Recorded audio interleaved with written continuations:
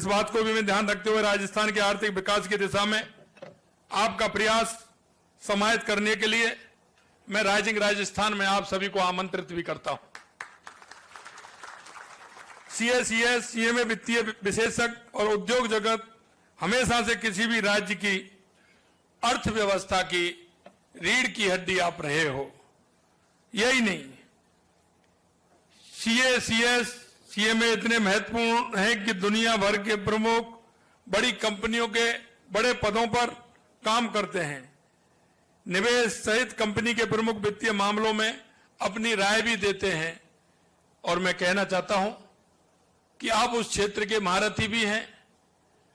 आपका अनुभव राजस्थान के लिए बहुत बड़ी सौगात बन सकता है, क्योंकि मैं देख रहा हूं आप अपने क्षेत्र के महारथी हैं। आप जानते हैं कि ग्रोथ कैसे हो सकती है, ग्रोथ में हमारी सहभागिता क्या हो सकती है। मैं आपको आमंत्रित करता हूं कि आप आइए राइजिंग राजस्थान में, जो आपका मन है, आप जो देना चाहते हैं, क्योंकि मुझे यह भी पता है आपका एक एक सुझाव बहुत महत्वपूर्ण है, क्योंकि आप उस क्षेत्र में काम करते हैं, आपका अनुभव है, आपका अनुभव बोलता है। और मैं आपसे इतना ही कहना चाहता हूं, और मैं तो कहता हूं कि कोई भी व्यक्ति पूर्ण नहीं होता है, और पूर्ण इसलिए नहीं हो सकता क्योंकि यह अनुभव जिंदगी के आखिरी पड़ाव तक भी आते हैं। कोई अगर 15 साल का, 12 साल का, 17 साल का बालक भी अगर कोई सुझाव देता है तो वो भी हमसे और आपसे अच्छा सुझाव दे सकता है। क्यों दे सकता है?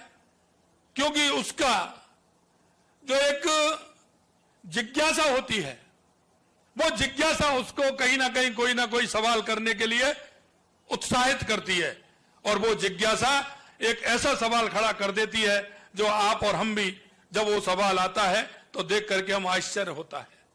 इसलिए मैं कहना चाहता हूं कि आप निसंदेह, क्योंकि मैं वैसे भी, आपको पता है, वैसे मैं किसान हूं, पॉलिटिकल का कार्यकर्ता हूं, पॉलिटिकल मेरा विषय रहा है और राजनीति क्षेत्र में काम करता हूं, तो ये विषय तो मैं जानता हूं, लेकिन आर्थिक विषय में आप महारथी हैं। और इसीलिए मैं कहना चाहता हूं, और मैं श्याम जी से कह रहा था मैं कि आने वाले समय में मैं राजस्थान के सभी हमारे सीएसीएस और हमारे उद्योग जगत के जो हमारे जितने भी लोग हैं, उनकी एक हम बैठक भी बुलाना चाह रहे हैं। उसमें आपके सुझाव भी होंगे, और आज भी मैं कह सकता हूं कि आप अपने सुझाव हमारी सरकार को दीजिए। निश्चित रूप से आपके सुझाव जो हमारे राजस्थान को आगे बढ़ाने वाले होंगे, उन सुझावों को हम समाहित करेंगे और आपका सहयोग लेंगे, क्योंकि आपकी विशेषज्ञता कंपनी के प्रति, कंपनी की प्रगति के लिए महत्व रखती है। और इस अवसर पर मैं आप सभी से आग्रह करना चाहूंगा कि आप अपनी जन्मभूमि के लिए अपने दिल से सहयोग करें और अपने प्रदेश को विकसित करने में अपना सहयोग प्रदान करें। दोस्तों, सदस्यता अभियान के साथ ही ये राइजिंग राजस्थान भी हमारा चल रहा है। मैं सदस्यता अभियान के लिए मैं कहना चाहता हूं कि भारतीय जनता पार्टी का सदस्यता अभियान एक महत्वपूर्ण सदस्यता अभियान है। और आप देखते हैं, क्योंकि पार्टी का जन्म जिस आधार पर हुआ था, उसका विचार आप एक बार देख लें।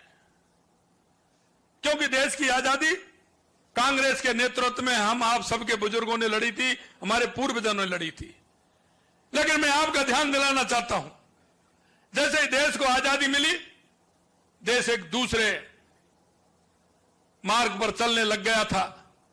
आजादी के तुरंत बाद देश की परिस्थिति बदल गई थी, और उन परिस्थितियों बदलने का कारण यह भी था कि जो आजादी की लड़ाई में जिन्होंने हिस्सा लिया, या तो वो उम्र के पड़ाव पर आ गए या वो दुनिया से चले गए। ऐसे लोग रह गए जिन्होंने देश के हित में काम जो करना चाहते थे, उनकी संख्या गौड़ हो गई। और इसलिए मैं कहना चाहता हूं, डॉक्टर श्यामा प्रसाद मुखर्जी पहले मंत्रिमंडल में उद्योग मंत्री हुआ करते थे, जब उन्होंने देखा देश की दशा और दिशा ठीक नहीं है तो उससे इस्तीफा दिया और इस्तीफा दे करके उन्होंने 21 अक्टूबर 1951 को जनसंघ के नाम से एक राष्ट्रीय पार्टी बनाने का काम किया। उनके अंदर राष्ट्रवाद की भावना थी, उनके अंदर देश की इति थी, उनकी सनातन की, उनकी जो एक विचार था वो उनके विचार में था। लेकिन उन विचार को लेकर के जब उन्होंने देखा कि ये स्थिति ठीक नहीं है तो उन्होंने एक राष्ट्रवादी पार्टी का गठन किया और उनकी संख्या मात्र 10, 15, 20 लोगों की थी। लेकिन मैं आपको यही कहना चाहता हूं, उन पूर्वजों ने मेहनत की पराकाष्ठा की और देश को दिशा देने का काम किया। आज वो 15 लोगों की पार्टी देश की नहीं दुनिया की सबसे बड़ी पार्टी बनी। वो उनके काम से, उनके विचार से और उनके राष्ट्रवाद से बनी। और आज भी मैं आपसे इसीलिए कहना चाहता हूं, आज देख सकते हैं, देश की प्रगति भी देख सकते हैं और 2014 के बाद देश में परिवर्तन भी देख सकते हैं, जो 2014 के बाद देश के अंदर परिवर्तन हुआ है। हम सब आपको दिखता है, चाहे वो गरीब कल्याण की योजनाएं हो, विकास की योजनाएं हो, चाहे आतंकवाद नक्सलवाद से देश को मुक्त कराना हो या दुनिया में बढ़ता हुआ भारत का गौरव हो, ये आप हम देख रहे हैं। और आप वो भी सपने देख रहे हैं जो स्वामी विवेकानंद जी ने 1893 में कहा था कि उठो जागो इस देश दुनिया पर छा जाओ। मैं आपसे इसलिए कहना चाहता हूं, आप तो कह रहे हैं, ताई जी कह रही थी कि राजस्थान में सबसे ज्यादा सीए हमारे क्षेत्र में, वो तो है ही राजस्थान में, जयपुर और जोधपुर और पूरा कुल मिलाकर के राजस्थान में। लेकिन मैं एक बात और कहना चाहता हूं कि दुनिया में भी अगर सीए सबसे ज्यादा मिलेंगे तो राजस्थान के मिलेंगे और भारत के मिलेंगे। ये हमारी बढ़ती हुई ग्रोथ है। स्वामी विवेकानंद जी ने एक बात और कही थी कि 21वीं सदी हमारी होगी। मैं आपको याद दिलाना चाहता हूं, उस नरेंद्र ने कहा था और ये नरेंद्र करके बता रहे हैं किस तरह से भारत की सदी होगी। हमें इस बात के लिए क्योंकि आपको पता है, इतिहास देख सकते हैं कि जब आजादी की लड़ाई चल रही थी तो जितने आजादी की लड़ाई लड़ने वाले थे उससे ज्यादा तमाशा देखने वाले थे। और तमाशा देखने वाले थे इसलिए हजारों साल देश की आजादी में लग गए थे। कभी हूण आए, कुषाण आए, इस्लाम आए, अंग्रेज आए, क्योंकि उनके अंदर यह ज्ञान नहीं था, यह भान नहीं था कि यह लड़ाई किसके लिए लड़ी जा रही है। मित्रों, अगर उनको यह भान होता तो आज वो इतना समय आजाद होने में नहीं लगता। इसलिए मैं कहना चाहता हूं, आपको ऐसा लगता होगा कि भारतीय जनता पार्टी के कार्यकर्ता हैं, ये अपनी सदस्यता बढ़ाना चाहते हैं। मैं आपसे इतना ही निवेदन करना चाहता हूं, हम इस राष्ट्र की मजबूती के लिए, प्रदेश की मजबूती के लिए और दुनिया में भारत का गौरव बढ़ाने के लिए हमारा यह सदस्यता अभियान है। अगर इस सदस्यता अभियान से आप लोग जुड़ेंगे तो निश्चित रूप से पार्टी भी मजबूत होगी और भारत भी मजबूत होगा। हम पार्टी के अंदर काम करते हैं, लेकिन एक बात निश्चित रूप से कहते हैं, भाजपा का काम यानी राष्ट्र का काम। हमारा हर कार्यकर्ता राष्ट्र के लिए समर्पित होता है। पहले हमारे लिए राष्ट्र है, दूसरे नंबर पर पार्टी है और तीसरे नंबर पर व्यक्ति आता है। मैं इसलिए आपसे कहना चाहता हूं कि कई लोगों के मन में यह बात होती है, लेकिन मैं इतना ही निवेदन करना चाहता हूं, आपने पूरी तस्वीर दिख रही है। आप तो देश को, प्रदेश को, उन लोगों को आईना दिखाने वाले मेरे सामने बैठे हुए हैं। और इतनी बात मैं इसलिए करना चाहता हूं, यह डिग्निटी वो है, आप वो लोग हैं जो समाज आपकी तरफ देखता है, समाज आपके तरफ देख करके चलता है, समाज को दिशा देने का काम आप करते हैं, समाज को आगे बढ़ाने का काम भी आप करते हैं। और आप निश्चित मान लीजिए, आप जो समाज में कहते हैं, समाज आपकी मान्यता देता है, समाज आपको मान्य करता है। और इसलिए मैं आपके बीच में इतना ही कहना चाहता हूं कि आज आपकी आवश्यकता है इस राष्ट्र को आगे बढ़ाने की, इस राष्ट्र को शिखर पर पहुंचाने की और हमारे प्रदेश को भी शिखर पर पहुंचाने की। कि अगर हमारा भारत विकसित होगा, हमारा राजस्थान विकसित होगा तो भारत विकसित होगा, हमारा गांव विकसित होगा तो भारत विकसित होगा, हमारा शहर विकसित होगा तो भारत विकसित होगा। मैं आपसे यही कहना चाहता हूं, देश के यशस्वी प्रधानमंत्री नरेंद्र मोदी जी ने जब जाति पात की लोग बात करते हैं, उन्होंने 4 जातियों का नाम लिया है जिसमें सभी समाज आते हैं। हमारा युवा, हमारी महिला, हमारा मजदूर और हमारा किसान, इसमें सभी समाहित हैं। अगर इनका उत्थान होगा तो देश का उत्थान होगा, समाज का उत्थान होगा, समाज आगे बढ़ेगा, देश आगे बढ़ेगा। मैं आपसे इतना ही कहना चाहता हूं मेरे भाई और बहनों, इसलिए हमको, क्योंकि हमारी शिथिलता विरोधी को बढ़ावा देने का काम करती है। आप देख लीजिए, हमारी शिथिलता विरोधी को बढ़ाने का काम करती है। अगर हम सजग रहेंगे तो विरोधी कभी ताकतवर नहीं होगा, और हमारी शिथिलता होगी तो विरोधी ताकतवर बनेगा। इसलिए मैं कहना चाहता हूं कि पार्टी के सदस्य बनने में आपकी बहुत बड़ी भूमिका है, समाज को रास्ता दिखाने में आपकी बहुत बड़ी भूमिका है। आप उस भूमिका को निभाएंगे।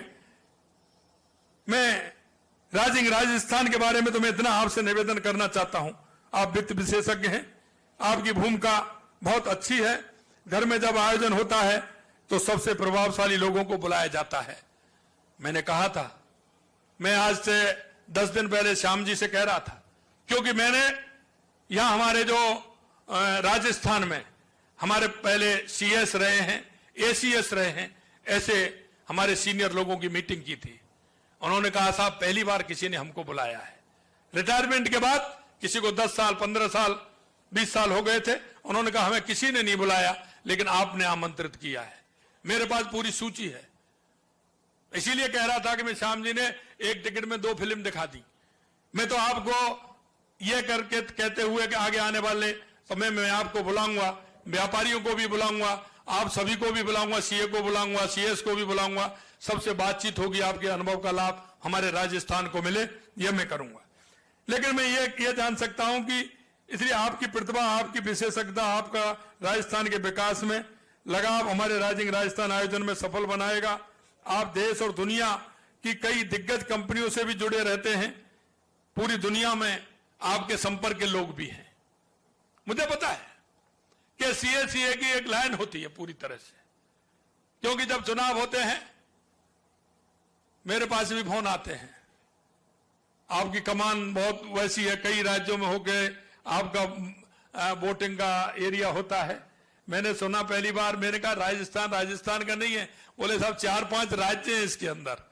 ऐसा ही है ना, 4-5 राज्य हैं इसके अंदर, वो वोटिंग डालते हैं। तो कभी ग्वालियर से फोन आता है, तो कभी गुजरात से फोन आता है, तो कभी कहीं से फोन आता है। तो मैंने श्याम जी को कहा, मैंने कि ये वोटिंग तुम्हारे राजस्थान में हो रहे हैं क्या सभी जगह हो रहे हैं? बोले ये जोन बना हुआ है, आपके जोन बने हुए हैं 7 स्टेटों के। तो मैं देखता हूं कि आपका जुड़ाव कहीं ना कहीं रहता है, इसलिए हमको और फायदा आपका मिलेगा। भाजपा हमेशा आर्थिक सुधारों, व्यापारिक स्वतंत्रता के पक्ष में रही है। GST, आर्थिक उदारीकरण और ईज ऑफ डूइंग बिजनेस में सुधार जैसे कदम हमारी आर्थिक नीतियों की सफलता की मिसाल भी है। हमारी सरकार ने सेवा में आते ही प्रदेश के आर्थिक सशक्तिकरण के लिए कदम उठाना शुरू किया है। मैं आपको 2 बात और बताना चाहता हूं। आज से 9 महीने पहले आपने जैसे ही राजस्थान में भारतीय जनता पार्टी को बहुमत दिया और बहुत बड़े बहुमत के साथ आपने भारतीय जनता पार्टी की सरकार बनाई, इसके लिए मैं आप सभी को बहुत बहुत धन्यवाद और साधुवाद देता हूं। लेकिन आप सभी लोग जानते हैं कि राजस्थान के ग्रोथ में क्या क्या आवश्यकता होती है। हमने आते ही इसका अनुभव किया, हमने देखा, आप जैसे सभी प्रमुख लोगों का अनुभव का साझा भी किया। हमने देखा राजस्थान के अंदर सबसे पहले अगर आवश्यकता है, 2 बातों की कमी राजस्थान के अंदर थी, आज नहीं है, और वो थी पानी और बिजली। ये दोनों मुद्दे इस तरह के जुड़े हुए हैं जहां आवश्यकता थी। मैं आपसे कहना चाहता हूं कि आते ही हमने इन दोनों विषयों को लिया, और मैं कह सकता हूं कि राजस्थान के पानी के क्षेत्र में सबसे पहले हमने हमारा काम आगे बढ़ाया।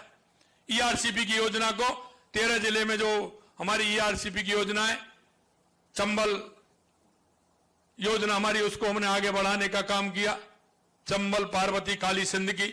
और आज मैं कह सकता हूं कि आने वाले समय में हमारी DPR बनकर के बिल्कुल तैयार है, और उसका MO ये होने वाला है, जो हमारे अभी उसका शिलान्यास भी होगा और उसका काम भी आगे बढ़ने वाला है। यही नहीं, दूसरा हमने कहा कि हमारा सीकर, झुंझुनू और चूरू हमारे जिले ऐसे हैं जहां शेखावाटी के जिले पानी की बहुत कमी है, तो इस पर हमने यमुना समझौता में एमओयू करने का काम हमने वहां किया। इसी तरह से हमने कहा कि हमारा रिफाइनरी है बाड़मेर के अंदर, लेकिन वहां पानी की हमारी कमी है, तो हम पोंग डैम से पानी आता है हमारी इंदिरा गांधी नहर के माध्यम से, हमारा उसमें भराव क्षमता कम थी, उसको भी हमने बढ़ाने का काम किया। यही नहीं, हमारी इंटरनल जो हमारी नदियां हैं उनको भी उसके साथ जोड़ने का हमने काम किया है। आपने देखा होगा उदयपुर के अंदर देवास जो हमारी स्कीम है, उसमें आपने देखा आधा पानी हमारा अरब सागर की तरफ जाता था, आधा पानी हमारा हिंद महासागर की तरफ आता था, उधर का कोई काम नहीं आता था, ये पानी हमारे काम आता था। उसमें भी हमने काम प्रारंभ किया, शिलान्यास किया, उसमें हमने टनल बनाने का और वहां एनीकट बना करके उस पानी को भी हमने इधर लेने का काम किया है, जिससे हमारा आधा राजस्थान को उसका पानी मिल सके। माई डैम के अंदर हमने, माई डैम से हमने उदयपुर होते हुए, जब राजसमंद होते हुए और पाली होते हुए और सिरोही और जालौर को हम पानी देने का हमारा कार्यक्रम, उसकी हमारी डीपीआर बनकर के तैयार हो गई। राजस्थान को पानी की दृष्टि से कोई परेशानी नहीं हो, इसलिए हमने पानी के काम को आगे बढ़ाया। बिजली की हमारे यहां कमी थी, आप देख सकते हैं, लेकिन हमने तुरंत बिजली के लिए 2,24,000 करोड़ के हमने समझौते किए सेंट्रल गवर्नमेंट से, और वो हमने कैबिनेट में भी पास कर दिया। और आने वाले समय में मैं आपको भी विश्वास दिलाता हूं 2027 तक हम हाथ में न रहेंगे बिजली के अंदर, किसान को भी दिन में बिजली देंगे और उद्योग को भी हम 24 घंटे बिजली देने का काम करेंगे। क्योंकि सबसे पहले जब मकान बनाते हैं, तो मैं हमेशा कहता हूं मकान बनाते हैं तो मकान कितनी बार बनता है, कितनी बार बनता है? हमें, मैं कहता हूं कि मकान 2 बार बनता है, तो कैसा लगेगा आपको? मकान 2 बार बनता है, एक बार नक्शे में बनता है कि नहीं बनता? बताइए, इतने भाई इतने का कमरा होगा, इतने भाई की बैठने का हॉल होगा, इतने भाई इतने का रसोई होगी, ये होगा, होता है कि नहीं होता है? ये डाइनिंग होगा, इतना ये होगा, तो पहले नक्शा बनता है कि नहीं बनता है? दोबारा बनता है उस पर, पहले नक्शा पर उतारेंगे आपको और उसके बाद बनाएंगे। तो मैं इसलिए कहना चाहता हूं मेरे भाई और बहनों कि जिस तरह से पहले मकान के लिए नक्शा बनता है, हमारी आवश्यकता हमें देखी जाती है। बिजली पानी के क्षेत्र में हमने काम किया है, और हमारी ताई कह रही थी, क्योंकि हम जब मुंबई गए थे तो 4.5 लाख करोड़ रुपए के एमओयू हुए थे, लेकिन जब तक मैं दिल्ली जाता उनको मैंने जमीन चिन्हित करके, जमीन दे करके, कैबिनेट में फाइल अप्रूव करके, जब मैं दिल्ली की दूसरी मीटिंग में रोड शो में गया। और मैं आपको कहना चाहता हूं, यहां लोग कहते थे फिल्म सिटी के लिए कोई 10 साल से, कोई 15 साल से, कभी यहां आ रही है, कभी वहां आ रही है, कभी ऐसा हो रहा है, कभी वैसा हो रहा है, आया कि नहीं आया? वो फिल्म सिटी वाले मेरे पास आ गए 12 बजे, 12:30 बजे वो मेरे पास आए, मेरी 2 बजे से कैबिनेट थी। मैंने कहा क्या चाहिए आपको? कि मैं फिल्म सिटी बनाना चाहता हूं। बनाइए, किसने रोका आपको? कि आज तक मेरे को जमीन नहीं दी, मैं तो राजस्थान का रहने वाला हूं, वो नागौर के रहने वाले। उनका मैं बनाना चाहता हूं, यहां काफी दिन से सोच रहा हूं। मैंने मेरे जेडीए के लोगों को बुलाया, मेरे अधिकारियों को कहा, मैंने कि इनको जमीन दिखाइए, कहां बनाना चाहते हैं? जयपुर में, जयपुर की सभी जगह दिखाइए, शाम को वापस ले आइए। मेरी जब तक कैबिनेट हुई तो वो जमीन देख करके वापस आ गया। 4 जमीन दिखाई, उसने एक जमीन पे हाथ रख दिया, कितनी जमीन चाहिए? इतनी चाहिए। मैंने कहा दे दी तेरे को, चल कागज कर, पूरा ले। 4 घंटे में पूरी जमीन दे करके, साल में नहीं, महीनों में नहीं, घंटों में जमीन देने का काम उसको किया। मैं आपको विश्वास दिलाना चाहता हूं मेरे भाई और बहनों, और मैं ये बात कहना चाहता हूं क्योंकि उस क्षेत्र से जुड़े हुए व्यक्ति हैं। आपका कोई मिलने वाला होगा, आपके परिवार का भी हो सकता है, आपके जान पहचान वाला भी हो सकता है, आपके संपर्क वाला भी हो सकता है। हम जो सिंगल विंडो की जो एक कहानी चलती थी ना, उसको हमने खत्म कर दिया है। 123 जो काम थे, हमने उन 13 जगह उनको बांटा है। सिंगल विंडो के आधार पर काम होगा, यह भी हम आपको विश्वास दिलाते हैं। आज हम 12.5 लाख करोड़ रुपए पर हम पहुंचे हैं, बॉम्बे और दिल्ली को मिला करके। और मुझे विश्वास है, कोरिया और मैं जब जापान गया था तो वहां के लोगों ने जिस तरह से विश्वास जताया है, कई लोगों ने तो कहा कि हम 3-5 साल में हम 15,000 लोगों को आपके नौकरी देने का काम करेंगे। हमने कहा आइए लीजिए। कई लोगों ने हमसे, चाहे वो हमारी होंडा की कंपनी जो हमारी नीमराना में है, आप एक बात देखिए, मैं वहां गया, उन्होंने टाइम मेरा ऐसा फिक्स किया, जब उनसे बात की, जो नीमराना डे मना रहे थे उस दिन मेरे को बुलाया, उसे 1 दिन पहले। अब आप देखिए जापान में नीमराना डे बन रहा है, जापान में हमारा निमराना डे बन रहा है, वहां हमने जापानी जोन बना करके उसको काम किया है, आप सभी जानते हैं कितना हुआ है। कोरिया में गया तो वहां स्किल डेवलपमेंट के माध्यम से हम काम करना चाहते हैं, उनके साथ काम करना चाहते हैं। जापान के अंदर जो भी कंपनियां हैं उनका साथ हम खोलना चाहते हैं, आप हमें अलग से बताइए। हमने कहा 8 चिन्हित स्थान हमने किए हैं, हमने आइए आप नजदीक आइए। हम भी दिल्ली वालों से भी कहा हमने, आप काई के लिए ना प्रदूषण में काम कर रहे हैं, आप अपनी आइए और हम आपको जगह देंगे। और हमने कहा कि अलवर से जैसे ही निकलोगे राजगढ़ से, आपको 10 किलोमीटर पर जितनी जमीन चाहिए उतनी हम दे देंगे, आप यहां लगाइए। और सही गुड़गांव वहां से 1.5 घंटे में, दिल्ली से 1.25 घंटे में, और नोएडा से 1.25 घंटे में आप अपने इंडस्ट्री एरिया बांदीकुई और राजगढ़ के बीच में आप आ जाएंगे। कितना बढ़िया स्थान है। हमने एक हमारा जो इंडस्ट्री एरिया है वहां भी हमने डेवलप किया है। हमने बांसवाड़ा में जो पानी की जिनको आवश्यकता है, जैसे हमारा मोरबी में हमारा मेटेरियल यहां से जाता है, लेकिन टाइलें वहां बनती है, हमने कहा बांसवाड़ा में बनाइए, चित्तौड़ में बनाइए, आपको पानी की आवश्यकता है। माहिंडे में हमारा पानी की प्रचुर मात्रा है, हमने उनको इंडस्ट्री एरिया बनाया। हमारी केंद्र सरकार ने 9,000 हेक्टेयर में हमारे पाली में इंडस्ट्री एरिया बनाने का काम किया, और उसमें कई कंपनियों ने हमने हस्ताक्षर किए, वो भी इसमें आने वाले हैं। आपको मैं कहना चाहता हूं, पेट्रोमैक्स में हमारी जो रिफाइनरी है, अगले आने वाले समय में 4-5 महीने में वो भी प्रारंभ हो जाएगी। उसमें 154 प्रकार के प्रोडक्ट निकलने वाले हैं। हमने वहीं उनको जमीन चिन्हित की है, इंडस्ट्री एरिया बिल्कुल उसके बाहर ही बनाया है, आप आइए वहां भी बनाइए। उन लोगों ने कहा था हमको टीन शेड बना करके दे दीजिए, हम दाना हमको वहां मिल जाएगा, हम यहां फैक्ट्री लगाएंगे। मैंने कहा आपको टीन शेड भी लगाएंगे, आपको बिजली का कनेक्शन भी देंगे, आइए आप लगाइए। एक हमने जयपुर से लेके किशनगढ़ से पाली, और पाली से जोधपुर होते हुए बालोतरा, और बालोतरा से सीधा कांडला बंदरगाह के लिए पूरा हमने एक हाईवे निकालने का काम किया, जो इसको दिल्ली वाले को भी जोड़ेगा। और इसमें दिल्ली मुंबई और उस भारतमाला में एच बनाने का काम करेगा, यहां से सीधा जाएगा, जिससे किसी तरह की कोई परेशानी नहीं हो। मित्रों, मैं कहना चाहता हूं आपसे, राजस्थान में अपार संभावनाएं, चाहे वो खनन के क्षेत्र में हो, क्योंकि मिनरल की कोई हमारे यहां कमी नहीं है, किसी भी तरह का मिनरल हो। हमारे यहां पर्यटन के अपार संभावना है, पर्यटन के क्षेत्र में भी हम काम कर सकते हैं।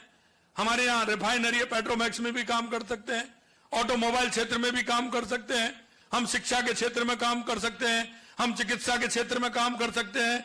एक भी ऐसा काम नहीं। और सोलर और विंड, आप देखिए कितना काम हमारा है, लगातार हमारे MOU हो रहे हैं उसके लिए। और यही नहीं, हमने कहा कि हमारी बिजली की आवश्यकता है, हमने 10 स्थानों को पंप स्टोरेज से चिन्हित किया है, पंप स्टोरेज के लिए भी हम आने वाले हैं। यही नहीं, बैटरी स्टोरेज, हमने कहा कि कई कंपनी जिंदल है, टाटा बैटरी स्टोरेज के लिए आने वाली है।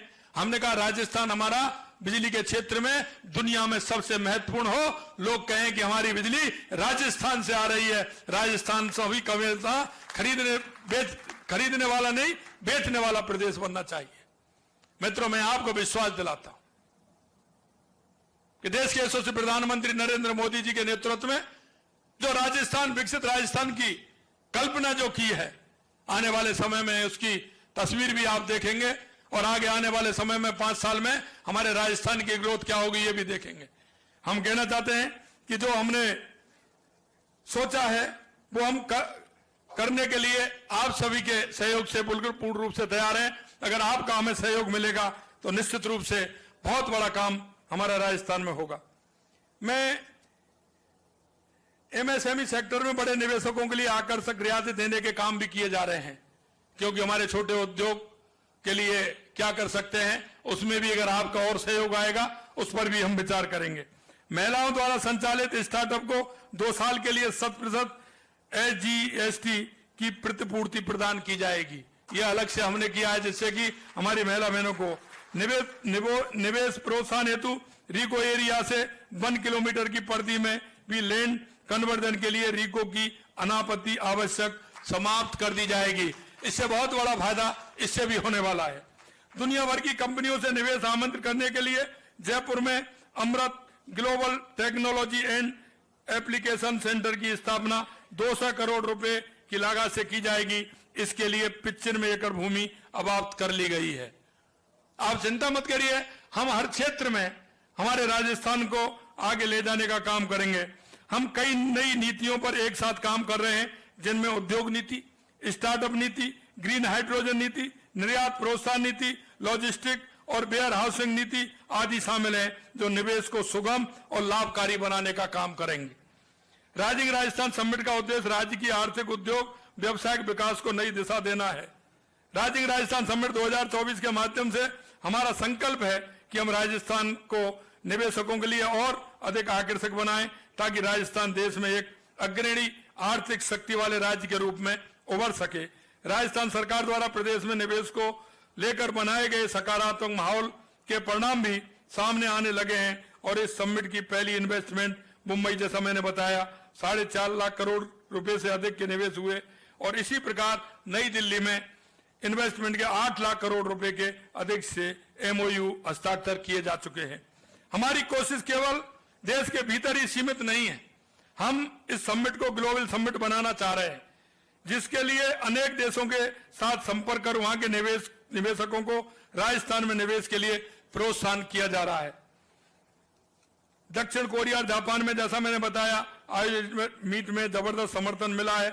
हमारी सरकार अगले 5 वर्षों में राजस्थान की अर्थव्यवस्था में 180 बिलियन अमेरिकी डॉलर से दोगुना करते हुए 350 बिलियन अमेरिकी डॉलर का बनाने के लिए कृत संकल्प है।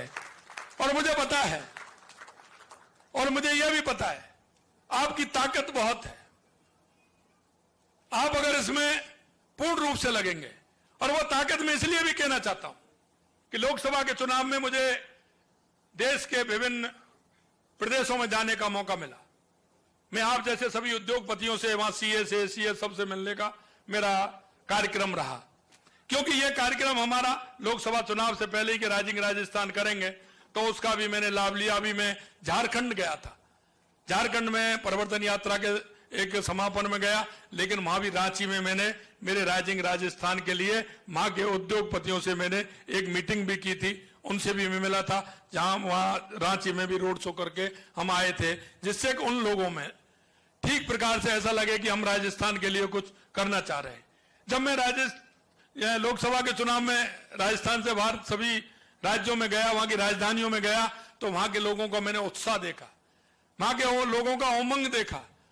क्योंकि आपने देखा होगा कि जो प्रवासी राजस्थानी हैं, उनकी बहुत बड़ी संख्या है।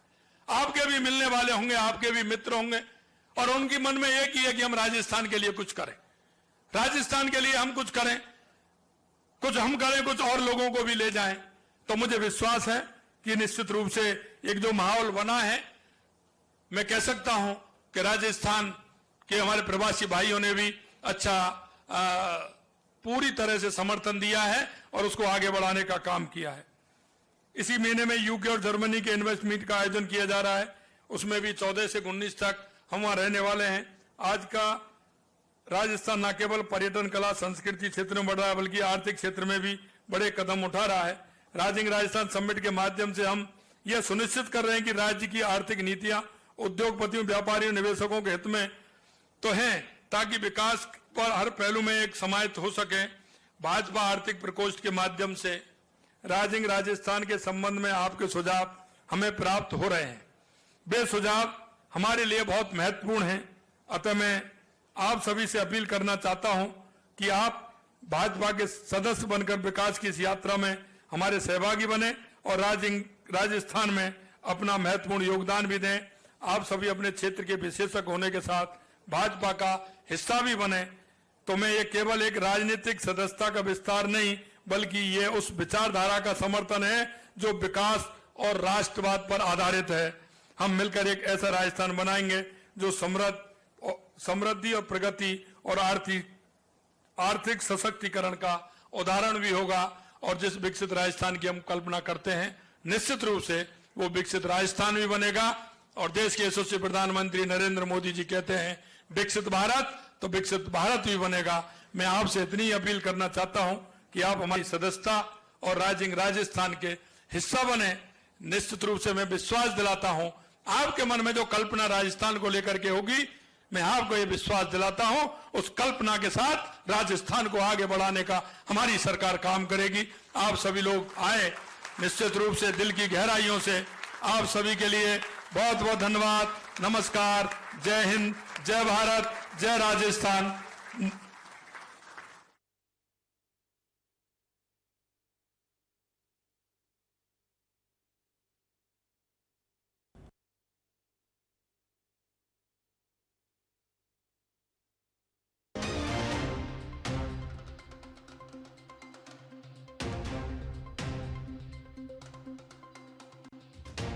तो आप यहां पर मुख्यमंत्री भजनलाल शर्मा को सुन रहे थे, जहां पर सीएम ने कहा कि हमारा राजस्थान विकसित होगा तो भारत विकसित होगा। टीआरसीपी योजना को आगे बढ़ाने का काम बीजेपी सरकार